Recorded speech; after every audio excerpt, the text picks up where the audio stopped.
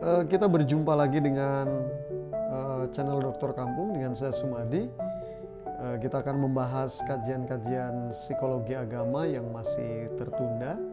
Kita akan membahas kali ini tentang klinik dalam perspektif psikologi agama. Kita akan lihat bagaimana Barat, Indonesia, dan Islam. Nah, klinik itu melibatkan kepercayaan terhadap kekuatan gaib yang tidak bisa dijelaskan secara ilmiah dan dianggap memang tidak rasional, tapi kadang-kadang empiris. Di Indonesia, praktek ini masih sangat kuat meskipun sudah banyak pengaruh modernisasi. Di Barat, klinik dianggap sebagai sesuatu yang tidak rasional dan tidak dapat diterima. Tetapi perkembangan terkini juga banyak kalangan yang menerima akibat tekanan sosial dan stres sosial yang masif. Sehingga klinik menjadi bagian dari proses coping atau pelarian. Nah, Islam mengajarkan agar umatnya menjauhi praktik yang dianggap bertentangan dengan syariat, yaitu klinik. Nah, fenomena ini memang menunjukkan berbagai perbedaan pandangan, tapi sekaligus juga ada persamaan, baik itu Barat, Indonesia maupun Islam. Nah, klinik dalam psikologi agama sering dipandang sebagai mekanisme untuk mengatasi kecemasan dan ketidakpastian hidup. Freud misalkan menganggap klinik sebagai respon terhadap rasa takut terhadap dunia yang tidak bisa dipahami. Nah, Carl Gustav Jung juga memandang klinik sebagai simbol-simbol untuk menghubungkan individu dengan alam bawah sadar.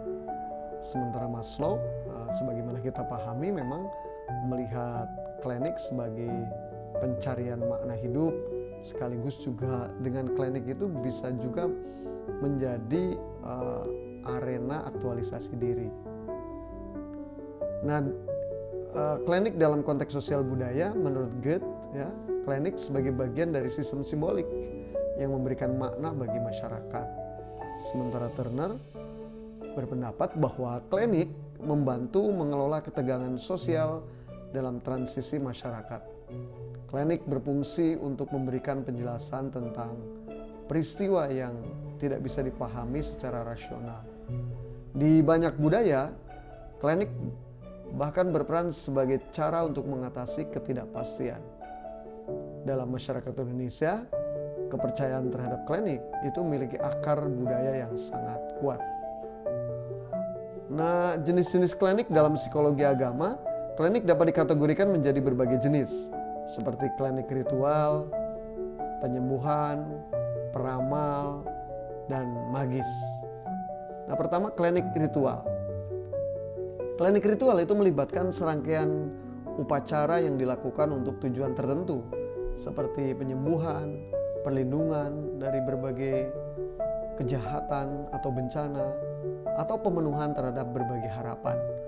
Ritual-ritual ini banyak ditemukan dalam budaya tradisional Indonesia.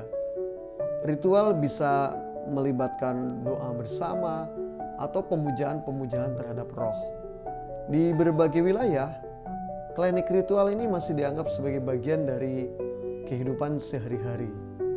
Sehingga pantas banyak masyarakat yang kemudian juga melakukan ritual sesajen, ya, sebagai bentuk komunikasi sekaligus juga pemenuhan kesehatan dan kesejahteraan mental. Nah, klinik ritual dapat memberikan rasa nyaman dan kelegaan bagi individu yang mengikutinya. Nah, kemudian yang kedua, klinik penyembuhan. Praktek klinik penyembuhan juga sering menggunakan kekuatan gaib atau energi yang menyembuhkan penyakit, baik itu penyakit fisik maupun psikologis. Di Indonesia, pengobatan tradisional menggunakan ramuan herbal, ya, atau ramuan-ramuan jamu gitu ya, atau jampi-jampi sering dianggap sebagai bagian dari klinik. Meskipun di Barat pengobatan alternatif ini juga dikategorikan sebagai skeptis, tapi tetap saja orang Indonesia banyak yang kemudian mempercayainya. Pengobatan ini dianggap sebagai mengatasi masalah kesehatan yang itu tidak bisa diselesaikan dengan cara medis. Sehingga dalam klinik penyembuhan ini memang seringkali ditampilkan testimoni-testimoni bahwa Melalui ritual ini orang kemudian bisa sembuh dengan penyakit yang berat, yang itu tidak bisa disembuhkan dengan cara medis. Sehingga testimoni-testimoni ini kemudian juga menjadi kekuatan kepercayaan mereka. Kemudian ada klinik peramal. Nah, klinik peramal ini melibatkan prediksi masa depan melalui metode seperti astrologi, tarot, atau ada semacam bola kristal gitu. Di Indonesia banyak orang yang mencari peramal untuk mendapatkan petunjuk mengenai kehidupan mereka. Misalkan siapa jodohnya, apa karirnya, kadang minta ke peramal. Meskipun di barat praktek ini sering juga dianggap tidak rasional, tapi klinik peramal juga di barat juga di Indonesia kadang-kadang masih banyak diminati di berbagai tempat. Nah, orang yang merasa cemas atau tidak pasti sering mencari ramalan untuk membantu pengambilan keputusan. Nah, klinik peramal memberikan rasa nyaman dengan menawarkan harapan atau kepastian. Misalkan bagaimana masa depan Anda, bagaimana masa depan pernikahan Anda, bagaimana masa depan karir Anda. Klinik peramal ini memberi semacam harapan dan kepastian sehingga orang percaya kepada peramal-peramal. Nah, kemudian ada juga klinik magis. Klinik magis ini melibatkan penggunaan ilmu hitam atau sihir untuk mempengaruhi kehidupan seseorang. Di Indonesia banyak dukun ya, atau paranormal yang mengklaim memiliki kemampuan magis untuk menyelesaikan masalah hidup. Nah, klinik magis ini sering digunakan untuk tujuan kadang-kadang balas dendam atau untuk mendapatkan keuntungan pribadi. Meskipun banyak yang menganggapnya klinik ini adalah klinik berbahaya, tetapi sekali lagi sebagian masyarakat percaya bahwa klinik magis ini bisa memberikan kekuatan dan kontrol terhadap nasibnya. Nah, kemudian apa faktor-faktor yang mendorong praktek klinik? Faktor pertama yang mendorong individu ke dalam praktek klinik adalah kecemasan eksistensial. Ketidakpastian hidup dapat mendorong individu mencari rasa aman melalui kepercayaan pada kekuatan gaib. Nah, selain itu, keterbatasan pengetahuan rasional ini juga dapat membuat klinik menjadi pilihan-pilihan untuk menyelesaikan masalah. Satu sisi yang sangat rasional juga ada kefrustasian tidak bisa menyelesaikan masalah, itu bisa juga terjun ke dunia klinik. Tapi di sisi lain juga kekurangan rasionalitas itu juga bisa menyebabkan klinik menjadi pilihan penyelesaian masalah. Nah, kemudian juga ada faktor sosial dan budaya juga memainkan peran penting, di mana norma-norma masyarakat dipandang mendukung atau mendukung untuk klinik tetap eksis, ataupun ada juga yang menolak praktek klinik gitu. Sehingga karena kekuatannya agak berimbang, itu yang kemudian mengapa klinik tetap bertahan. Nah, beberapa individu juga kenapa terlibat atau mengandalkan klinik, karena ini untuk mengatasi stres, juga trauma-trauma yang pernah dialaminya di dalam kehidupan. Nah, beberapa penelitian di Indonesia menunjukkan bahwa masyarakat pedesaan di Indonesia itu masih sangat mempercayai klinik sebagai solusi untuk masalah hidup. Nah, praktek ini sering digunakan untuk mengatasi masalah misalkan ekonomi, kesehatan, atau hubungan sosial. Di perkotaan, meskipun pengaruh agama dan pendidikan lebih besar, praktek klinik ini juga tetap ada dan diminati sebagian masyarakat. Nah, beberapa penelitian menunjukkan bahwa klinik ini juga berfungsi sebagai mekanisme coping psikologis untuk mengatasi stres. Nah, ini yang gejala-gejala terjadi juga di perkotaan. Nah, kalau di barat, sekali lagi klinik dianggap sebagai fenomena yang tidak rasional. Namun kata Wiseman, di barat menunjukkan bahwa klinik dapat berfungsi juga sebagai mekanisme untuk mengatasi stres dan kecemasan. Meskipun masyarakat barat skeptis terhadap kepercayaan ini, beberapa orang barat tetap mempercayai kenyamanan dalam praktek-praktek tersebut untuk memperoleh kontrol psikologis dalam situasi-situasi yang tidak pasti. Nah, bagaimana pandangan Islam? Dalam Hazanah Islam, Islam mengajarkan untuk menghindari praktek klinik karena itu dianggap bertentangan dengan prinsip tauhid dan kepercayaan terhadap kekuatan selain Allah. Sehingga praktek klinik dapat dikategorikan sebagai syirik dalam hazaniyah Islam yang dianggap sebagai dosa besar. Tetapi Islam mengajarkan juga hal-hal gaib, bahwa manusia boleh mencari penyembuhan asalkan itu sesuai dengan syariat dan tidak bertentangan dengan syariah gitu. Salah satu standarnya merujuk kepada salah satu hadis Nabi, menekankan untuk menghindari ramalan dan sihir yang itu kebenarannya memang sulit dibuktikan. Nah, bagaimana dampak klinik pada individu dan masyarakat? Nah, praktek klinik ini dapat memiliki dampak psikologis yang signifikan pada individu. Kebergantungan pada kekuatan gaib ini juga dapat mengarah pada penurunan rasa percaya diri dan ketergantungan yang tidak sehat. Secara sosial, klinik juga dapat menyebabkan perpecahan dalam masyarakat, terutama jika terdapat klaim atas kekuatan yang bertentangan dengan norma agama atau ilmiah. Seperti COVID-19 misalkan ya, itu dianggap ada kutukan gitu, bukan penyakit.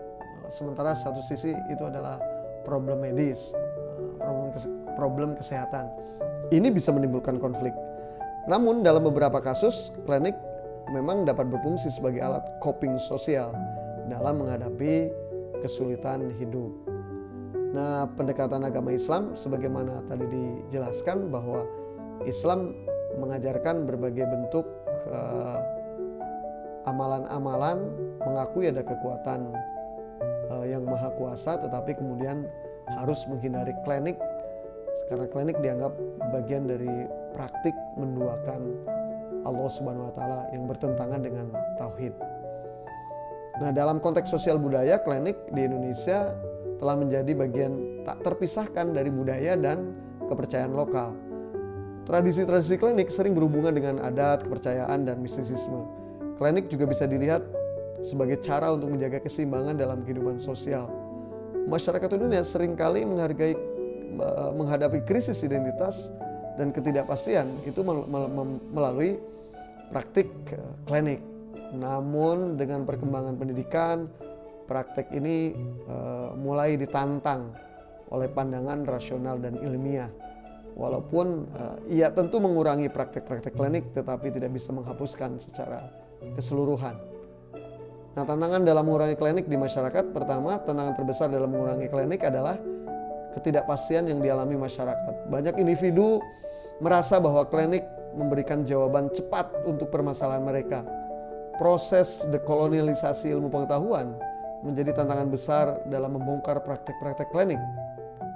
Nah, kesadaran masyarakat terhadap pentingnya pendidikan berbasis sains, berbasis ilmu itu harus diperkuat. Nah, penyuluhan tentang dampak negatif klinik atau pendidikan kesadaran tentang praktek negatif klinik ini perlu dilakukan dengan pendekatan yang lebih bijaksana karena di Indonesia sudah menjadi bagian dari kehidupan. Nah, peran psikolog dan terapi dalam masalah klinik, psikolog memiliki peran penting dalam memahami dan mengatasi ketergantungan pada klinik. Pendekatan psikoterapi yang berbasis pada ilmiah dapat menggantikan praktek-praktek yang tidak rasional. Psikolog juga dapat memberikan pemahaman bahwa gangguan psikologis harus ditangani dengan pendekatan yang tetap. Terapis perlu bekerja dengan individu untuk mengidentifikasi dan menggantikan kepercayaan yang merugikan. Dengan terapi yang tepat, individu dapat lebih mudah beralih ke alternatif penyembuhan yang lebih efektif. Nah, kalau peran agama dalam menanggulangi klinik, agama dapat berfungsi sebagai kontrol sosial untuk menanggulangi klinik dalam masyarakat. Penting untuk menekankan prinsip-prinsip agama yang mengajarkan tawakal dan kepasrahan pada Tuhan. Namun penting bagi masyarakat juga untuk memahami agama yang mendalam dan tidak terjebak pada pemahaman yang salah. Kesimpulannya teman-teman, bahwa klinik merupakan fenomena yang kompleks dan terkait erat dengan faktor psikologis dan sosial. Pemahaman rasional dan pendekatan berbasis ilmiah sangat diperlukan untuk mengatasi ketergantungan pada klinik. Agama dan psikologi agama dapat memberikan pemahaman yang mendalam tentang pentingnya menghindari klinik. Pendidikan dan terapi berbasis sains serta agama dapat membantu masyarakat keluar dari praktek klinik. Oleh karena itulah, sinergi antara pendidikan, agama, dan psikologi memang sangat penting untuk menghadapi klinik. Terima kasih, mari kita berdiskusi untuk memperluas cakrawala kita.